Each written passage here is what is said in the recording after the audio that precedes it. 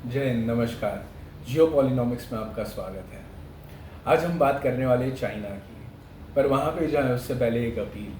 कृपया हमारी चैनल को सब्सक्राइब कीजिए, वीडियो को लाइक कीजिए।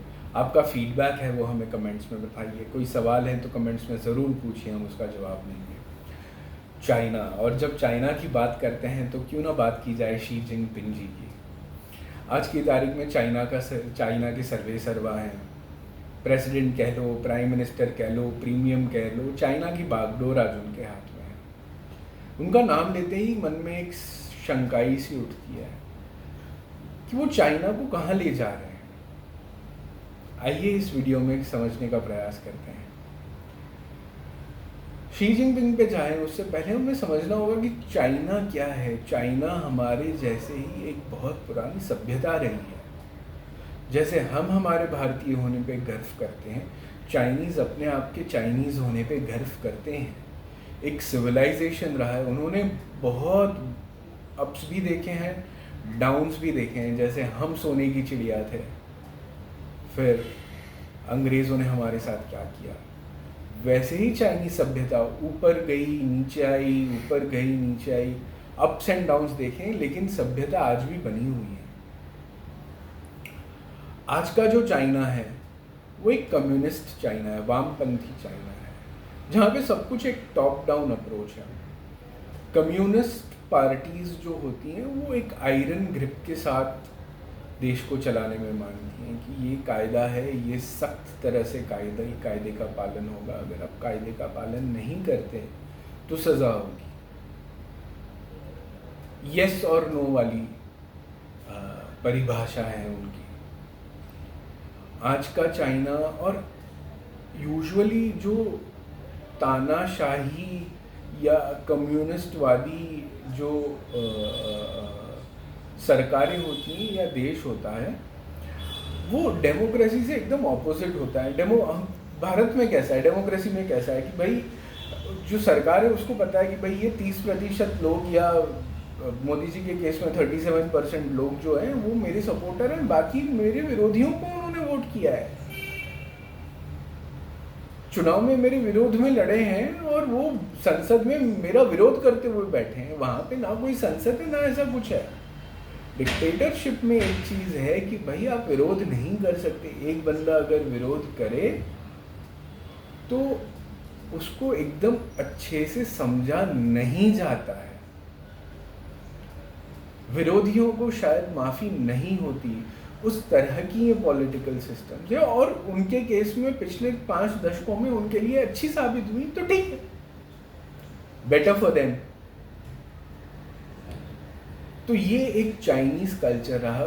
आज का जो चाइना है, जिसमें आज जो शी जिनपिंग है, वो ये व्यक्ति कैसे बने। बहुत अच्छे घर में पैदा हुए थे। उनके पिताजी चाइनीज सरकार में सेवक थे, नौकरी करते थे, कारोबार संभालते थे एक ऑफिस का, पर कुछ कारण की वजह से उन्हें शरणागति लेनी पड़ी, कहीं पे एग्जाइल में चले गए। शी जिनपिंग तभी एक बच्चे थे। अभी जो बच्चा एकदम अच्छे घर में पैदा हुआ लेकिन अचानक से शरणागति में जाना पड़े तो क्या उसकी मानसिकता रहेगी। बेचारा किसी पे विश्वास नहीं कर पाएगा, और अविश्वास रहना सब में वो उसके व्यक्तित्व का हिस्सा बन जाएगा। प्लेन बेसिक सिंपल साइकोलॉजी है ये। दूसरी बात, काफ़ी मेहनतू हैं शी जिनपिंग जी। बहुत सारे प्रयास किए उन्होंने चाइनीज़ कम्युनिस्ट पार्टी ज्वाइन करने को। और मैं ये चाइनीज़ कम्युनिस्ट पार्टी इसलिए कह रहा हूँ क्योंकि चाइना वो कम्युनिस्ट पार्टी चलाती हैं। वहाँ पे आर्मी जो है कम्युनिस्ट पार्टी की है। आप हिस्सा सरकार का नहीं बनते, आप कम्युनिस्ट पार्टी का हिस्सा बनते हैं। तो ये कहना गलत नहीं होगा कि कम्युनिस्ट पार्टी के पास एक देश है। देश के पास पार्टी नहीं है। हमारे भारत देश के पास कई सारी पॉलिटिकल पार्टीज़ हैं, लेकिन दुनिया में एक ऐसी पार्टी है, चाहे जो चाइनीज़ पार्टी है, उसके पास अपना देश है, पीपल्स रिपब्लिक ऑफ चाइना। देश का नाम है पीपल्स रिपब्लिक ऑफ चाइना। तो पार्टी के पास उसका देश है। तो इस तरह का पॉलिटिकल स्ट्रक्चर है। और ये चाइना जब प्रगति के रास्ते पे बढ़ रहा था तभी शी जिनपिंग की उगती उम्र थी, अपने टीन्स में थे, early teens, mid teens, late teens. पढ़ाई लिखाई से इंजीनियर हैं। काफ़ी बार उन्होंने प्रयत्न किया कि भाई मैं भी अपने पिताजी की तरह चाइनीज़ कम्युनिस्ट पार्टी ज्वाइन करूं, लेकिन नहीं कर पाया। बहुत सारे फेलियर्स उन्हें देखने पड़े। बहुत फेलियर्स के बाद उनको ज्वाइन करने का हिस्सा मिला। अभी हमने कुछ क्षण पहले बात की कि एक तो हार्ड वर्किंग है, माने नहीं, हार के भी, फेल होके भी माने नहीं, तो हटी हैं और मेहनत इतनी की कि धीरे धीरे धीरे धीरे धीरे धीरे धीरे धीरे प्रगति की पदवी चढ़ते गए और देखते ही देखते चाइना के प्रीमियर बन गए। 2-3 दशकों का उनका पॉलिटिकल करियर रहा है चाइना में, जिसमें वो आज चाइना के सर्वेसर्वा है। 3 क्वालिटी हैं उनमें, मेहनत, हटी, और दूसरी अनफॉर्चुनेटली किसी पे विश्वास नहीं करते। इसलिए उनके जो अंतर्राष्ट्रीय रिलेशंस भी आज हम देखते हैं, ज़्यादा किसी पे विश्वास नहीं करते। मेहनतू हैं, एम्बिशियस हैं, इसलिए हम देखते हैं कि कई बार चाइना की टेरिटरी को बढ़ाने की बात करते हैं, ताइवान की बात करते हैं, हांगकांग की बात करते हैं, साउथ चाइना सी की बात करते हैं, हमारी बॉर्डर पे भी काफ़ी हलचल रखते हैं। पर ये चीज़ किसके दम पे है? पैसे के दम पे है। तो चाइना की अर्थव्यवस्था ठीक है, आज दुनिया में दूसरे नंबर की अर्थव्यवस्था है, पर ऐसी अर्थव्यवस्था नहीं है कि एक फुल फ्लैट जंग हो जाए तो वो सस्टेन कर पाए उस चीज़ को। डिफ़िकल्ट होगा उनके लिए। तेल तो बेचते नहीं है, दुनिया की फैक्ट्री है, दुनिया को चीज़ें बेचती, तेल नहीं बेचती। रशिया ये जंग सरवाइव कर पाया यूक्रेन के विरुद्ध और अमेरिका के विरुद्ध, क्योंकि तेल बेचता रहा। आज की तारीख में तेल को एक तरह का सोना ही समझ लीजिए आप। जितना आपके पास है आप बेचेंगे और मार्केट में हमेशा डिमांड रहेगी। आप 2 किलोमीटर जाइए, आपके स्कूटर में आप स्कूटर आपका तेल पी जाता है। तो चाइना के पास खुद का तो तेल नहीं है, और युद्ध करने के लिए ठीक है आपकी अर्थव्यवस्था अच्छी हो, पर अर्थव्यवस्था इतनी अच्छी होनी चाहिए कि जितना आपने 3 दशकों में कमाया है उतने 3 वर्षों में उतना अगर आप गंवाने की ताकत रखते हैं तो युद्ध के बारे में विचार करना चाहिए, बाकी नहीं। और चाइनीज़ अर्थव्यवस्था आज की तारीख में कुछ ठीक नहीं है। अनएम्प्लॉयमेंट रिकॉर्ड हाई पे है।